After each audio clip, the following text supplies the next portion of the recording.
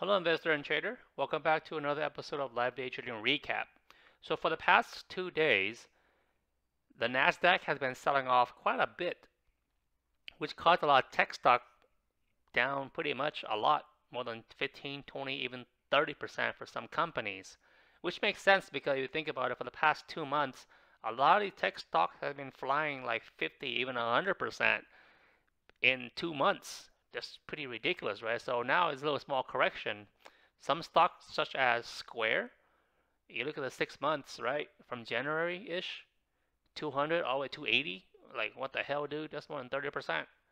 Another stock is STMP, right? Just look at it, 200 to 280, same thing, right? We need this correction. So yesterday, I did not day trade yesterday. You can see it right here.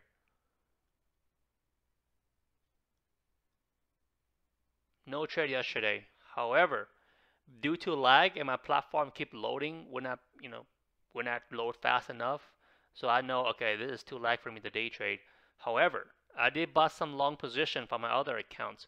For those who don't know, I have over 6 accounts that I manage, such as Roth IRA, 401k, 403b, investing account, swing trading account, penny stock account, regular account, and day trading account, so on and so on. I mean, there's a lot of accounts that I manage. So for the other account, I bought some long positions for swing trading because I reckon that some of these tech stock, these are good tech stock. It just massively down. Like for example, Fastly. I bought some Fastly yesterday in the 70s.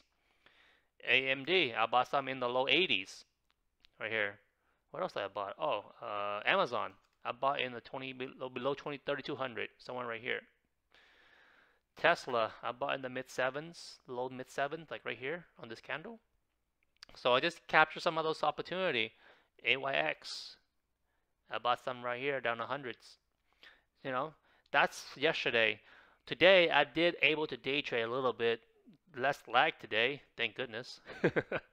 But one stock that made me red today was Workhorse because I was green and then I took Workhorse trade and then that made me red. So Workhorse, I did 2 trades for Workhorse. The first trade, well, when my friend alerted me, he alerted me when Workhorse around 13 and a half in the chat room. I'm like, oh shit, this thing just tanked 50% real quick. So I recognize this is pure panic sell. I know the dip is coming and I know the bounce is coming. I just don't know how the bounce is gonna be. So, and the coil was halting like crazy. So I waited for the green candle to show up. I know it's coming soon because you look through the weekly. See, the daily, it bust all through. Okay, the next step is zoom out. Look at the weekly. These right here, right? After it breaks through here, the next one is right here, and the next one's right here, and the next one's right here. So I know it's coming soon, right? And notice here, these candles, big, small, small, small. See that? Big, small. In terms of candle size, this candle is smaller than this candle. This candle is smaller than this candle. This candle is smaller than this candle. Selling pressure is decreasing. That's how I know that we almost near the bottom. So I try getting around 14 and a half, but at that price, I need to use limit because it fluctuates like fast. So I got in a pretty bad price, 14.79, which is not the ideal price, but it is what it is. 5,000 shares. Now, those that know I normally trade 1,000 shares. However, this is a $15 stock, so I don't mind sizing up a little bit.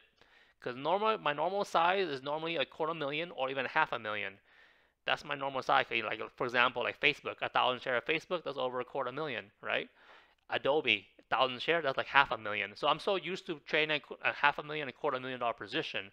So when a $15 stock, I'm like, okay, I'm gonna size up a little bit, but I don't want to go overboard like 10,000 shares, 20,000 shares, 30,000 shares.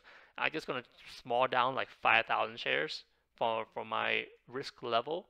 So 5,000 shares, exit at 15. Again, I try to exit a $0.50 on this candle, but I couldn't do it.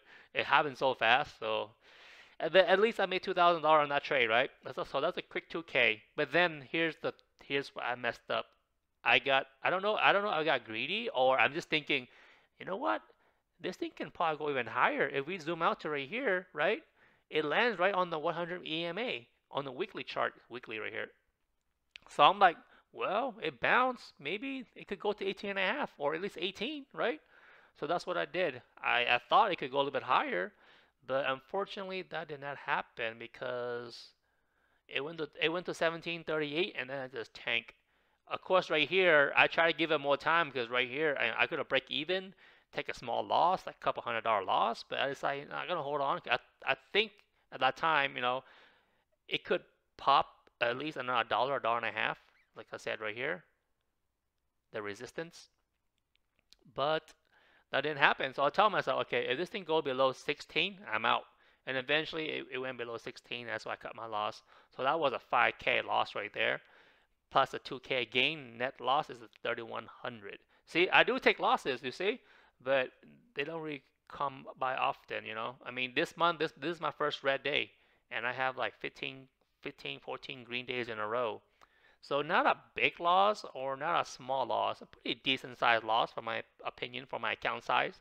3,100 is not gonna kill me, but because for the month I'm still up 18,000, almost 19. I'm still gonna hit that 20K goal. I was up 20K, but I took 5K loss, so now I'm back to 18K.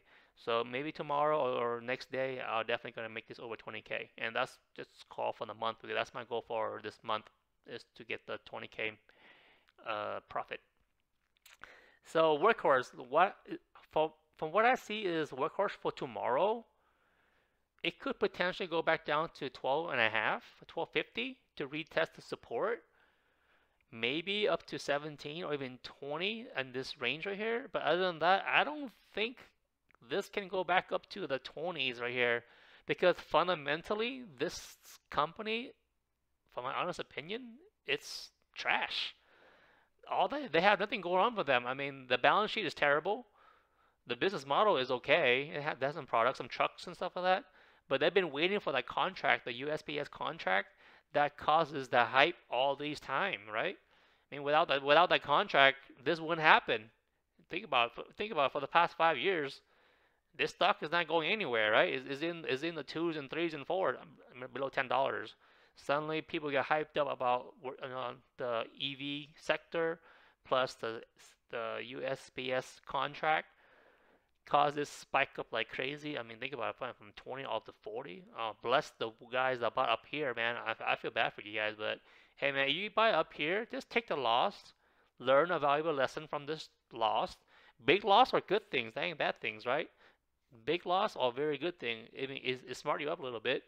It humbles you for sure, and it makes you realize how dangerous these stocks can be, especially the spec stocks. So that's just my opinion. I mean, if you took 40, 50% loss, just take it, bite the bullet, and move on.